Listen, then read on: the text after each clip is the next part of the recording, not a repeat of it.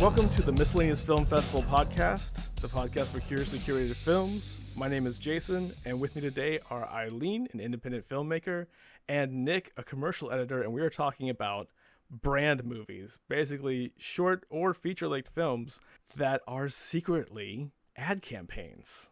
Last week we were talking about The Battle of Milquarius, a rock opera about milk. This week we're talking about the BMW films, a whole series, a whole little film festival unto itself, where Clive Owen just drives different people around in exciting BMW adventures. So welcome back, Nick and Eileen. How are you guys doing? Doing great. Thank you. Very well. Very excited to talk about this particular series of films. Yeah, I think probably the most fun fact about this series is all the different directors. It's a smorgasbord, a buffet of talent. Yeah, I thought it was. I mean, I like these ones because they're short, which again, we talked about this last week, but like, I do feel like sub 30 minutes, like, this is kind of this. I don't want to watch 45 to 50 minutes of branded content. No, but I think the longest one here was about 14 minutes. Yeah, so it was nice that they were short. It was nice that they all had different stories and different styles, which was cool.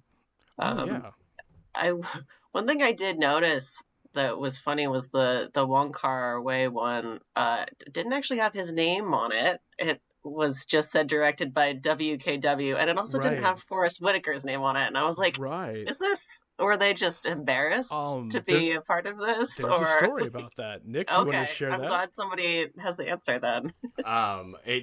You correct me if I'm wrong, but it was because it was supposed to be for internet only, and because they put it on DVD, they just went, we were only in it for internet only, so we want our names off of it. Forrest Whitaker specifically only signed a contract for internet only. Gotcha. Okay. Yeah, that makes sense. But what happened is, actually, initially, all of this was internet only. The campaign was imagined by BMW because they noticed that 85% of their customers were online researching before they were shopping. That's the information they had going into this. So they thought they could attract more customers if they made short films from big-name directors, got some riz behind that, and it really paid off. Actually, this whole campaign raised their sales by 12% in 2001 when it came out. Those first 5 films, they ended up putting on a DVD, and they offered that DVD for free at different dealerships, and people were coming in droves just to get the DVD. They were so excited to see the first 4 movies that were directed by John Frankenheimer, Ang Lee, Guy Ritchie, and Alejandro González Iñárritu. But yeah, it blew up. It was an internet sensation, and it was a marketing sensation. I was in film school when this happened, so I was, and then I was working at a post house. I was a PA at a post house when they did the second batch that year, and they were colored by Company 3, and I believe the visual effects were done by a company called Riot, which were under an umbrella known as Ascent Media. They did a lot of the post-production in Hollywood. So I got to do I cut together their reel for, like, I don't know, some Vegas conference or something. And so I got to use these films to cut the reel together. Oh, and it was that's awesome. It was so much fun. As a PA at a post house, just like cutting the BMW films, just like, oh my God, it's so much fun. So I have a rich history with these films. I was one of the people, like, to me, this was the golden age of the internet, right? Really? You didn't have places where just everybody could find everything. Like right now, I feel like nothing resonates because everything is just available. Before, you had to go and look for it. And when you could find it, you could get gold. Like the BMW films are a perfect example of that. I was one of the people who was like eager to find these and watch them, and you had to actually go to BMW's website to look at them. You couldn't just like go to YouTube where it was pointing you to all sorts of things. Like you had to, I want to see the BMW films made by these directors. I have to go to this specific place and experience the website as a whole. It was awesome. I mean, this is definitely a 2001 thing, because when was the last time you were going somewhere to experience a website? Oh, I miss those days. Yeah. These were so special, and you were able to get all these directors because it was so special. I also feel like this is less BMW's brainchild and more David. When you see David Fincher as the creator, you're like, David Fincher did this whole thing, didn't he? It was all David Fincher. Like David Fincher, I think this is his, more or less his brainchild, because it was anonymous content and it was RSA, Ridley Scott and Associates. Mm-hmm. So these are two major production companies, an ad agency for one and a production company the other one. So this was almost less about, for them, less about selling BMWs and more about selling their directors to commercial places. Sure. So you had this like the whole first series is all anonymous content. So you have this great ad for these awesome directors who are already doing films, but now they can get those extra high-end commercial stuff too, whereas that's where they make their real money. Eileen, as a director, what did you think of these movies? I thought some of them were kind of boring. To be fair, Agreed. The first couple, the first two in the series, I was just like, "Why? I don't understand. We're in a car and there's chasing, and I have no connection to what's happening." They started to get better after that, though, because they actually started to set up some story and some character and some stakes that I cared about. The Ang Lee one particularly, I liked because there's a special child and there's some mystery around him, and it seems like there's more at stake than just driving a car fast. Yeah, I mean, there's still a lot of driving the car fast, right? But that's the price you have to pay to make the rest of your movie. As I was watching some of these, I did make a little note on whether or not it was really selling me the car. As the series went on, it seemed like they shifted focus away from the car and more into story, more into character development. And I got lost watching them. Like, I forgot it was a commercial. I forgot it was made to be a commercial for a car, and I was more interested in what Clive Owen was going to do next. He's lived a long and rich life. This whole series actually inspired the first Transporter film that Luc Besson did. Ugh, it's so lazy. What?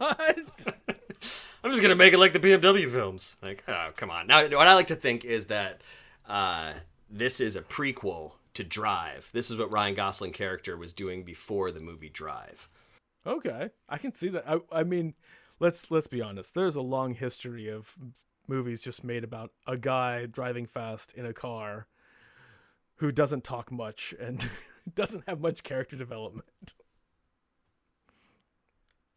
Yeah, that's so true. Which I would say is probably my least favorite kind of movie. As this went on, I began to realize who this was really marketing towards. The research on Wikipedia said, "Oh, we're looking for the type of person who enjoys art films from influential directors." I went, "No, this is for guys who identify with the idea of being tough, being no nonsense, who are justice oriented, but who really just care about buying an expensive car." Yeah, and me. Oh yeah. Oh, absolutely. This movie made me want a BMW real bad. I'm very influenced by car commercials. Oh yeah, really? Absolutely. Oh my god, so influenced by car commercials, because I think I made a lot of car commercials, and car commercials are those things where if you put a certain kind of effort in, you know it's going to be a good car, so they can give you a lot of information. And the fact that BMW was willing to make ads where their car was hardly seen, that means they have a hell of a car. They can put story before their car because they don't need to sell their car necessarily. They just want to draw more traffic in so people can come and experience how awesome this car really is. What I really liked about these was they reminded me a lot of the old Aeon Flux shorts that MTV used to air. I don't think I ever saw those. It's this weird dystopian futuristic cartoon. All of them are about 5-10 minutes long tops. There's almost no names except for Aeon Flux and the villain. The plots don't tie into each other. It's just these random scenarios. Each video is a random scenario where there's a spy, Aeon, who has to complete a mission, and a villain who she's working against. And sometimes they're lovers, and sometimes they're trying to kill each other, and sometimes there are mutants. And it's always just really weird. So good. Along with this, Clive Owen was also in another series. I mean, in just one film in a series that Campari did. They did 3 dramatic films, each one telling a story that's centered around one of their cocktails. That's something we may talk about in the future. But That's cool. I like that. I like that idea. I think it was kind Is of... that more recent? I feel like maybe I've seen those. That sounds familiar. Those were in, I think, 2016, 17, and 18. Okay. And one had Zoe Saldana in it. I'd watch that. See, that's what's fun about these is Yeah. these are fucking commercials. These are trying to manipulate us. Where you sit back and go, actually, that was a fun film. Actually, Well, may I counter this idea for a moment? please. Because I feel like a movie is a commercial that's trying to disguise itself. This stuff isn't disguising itself all that much. Like, we know who's paying for these. Right. You know what I mean? That's true. So it's kind of like, it's not necessarily disguising itself. It's kind of in your face, kind of saying, but look how cool we are. And then you go, oh, yeah, maybe you're actually really cool. And that's what they want you to think. It's like Amazon doing I don't content. want to take away from the creative. I mean, people worked on these movies. People directed these movies, and they're, especially with these BMW ones, they're artistic, creative people, and like, just because their movie was paid for by someone, and they maybe had certain stipulations on what they had to include in it, like, I don't think that should necessarily take away from the fact that it is like a creative piece of work. Right. Yeah, they're well made, really well made. And if you enjoy these particular directors, you get to see their style expressed. I thought the John Woo one called The Hostage was just John Woo through and through. Yeah. I forgot about BMW. I was just enjoying a John Woo movie. Yeah, Iñárritu too was that guy. You felt the drama and the intensity of the situation in that, and the way he shot, kind of in that 16mm gritty style, separated it from all the other ones in a really interesting way too. So they were really all uniquely their own things, which kind of made them really nice, just real pieces for the directors to say, like, look what I did. Like, I could do any car commercial. Oh, hell yeah. Yeah, I mean, I think the one that I really liked the most was the Wong Kar-wai one, and that's just because I'm a fan, Oh, no, that was one I liked as well. Yeah, and I just, like, I don't know, something about that particular story I found the most interesting. Like, I'm not super interested in the action spy thriller kind of stories. I'm more interested in the character studies and the the little bits of romance and that kind of stuff. So I think that's just my personality. And that one again was really interesting because it dealt with suspicion of infidelity. It dealt with possessiveness.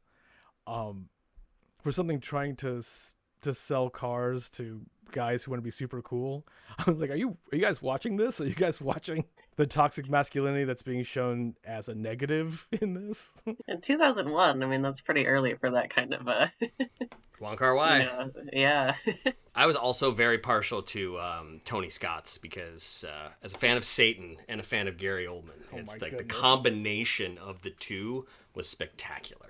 And James Brown selling his soul, trying to sell his soul and bargain with the devil, like, what a great little story. I was so delighted to see James Brown in that. Yeah, I remember when they came out, that was like the one that everybody was talking about. And had Danny Trejo in it, so. And Danny Trejo, yeah. I'm a sucker for all that silly action stuff. So that's more my speed. Is if you can give me those Tony Scott, like 6 cameras going at once and just flash cutting between them, like, oh yeah. Hell yeah. This whole series has a lot of great cameos from a lot of great actors, and every single one of them is available on YouTube. All you have to do is type in BMW Films or The Hire, which is the name for the whole series. Thank you guys for coming on and talking about the BMW films. Next time we get together, we're going to be talking about Cooper and the Castle Hills Gang, a fun summer adventure trying to sell a master-planned community outside of Dallas. You can find every episode of the Miscellaneous Film Festival podcast wherever you get podcasts. Plus, check us out on Facebook and Blue Sky. We post clips and articles of everything we talk about on the show. Thanks again for listening, and we'll see you next time. Cheers. Miscellaneous Film Festival, where every movie's incredible. You never know what to expect. This film festival's the best. Vegas Film Festival, where every movie's incredible. You never know what to expect. festival's the best.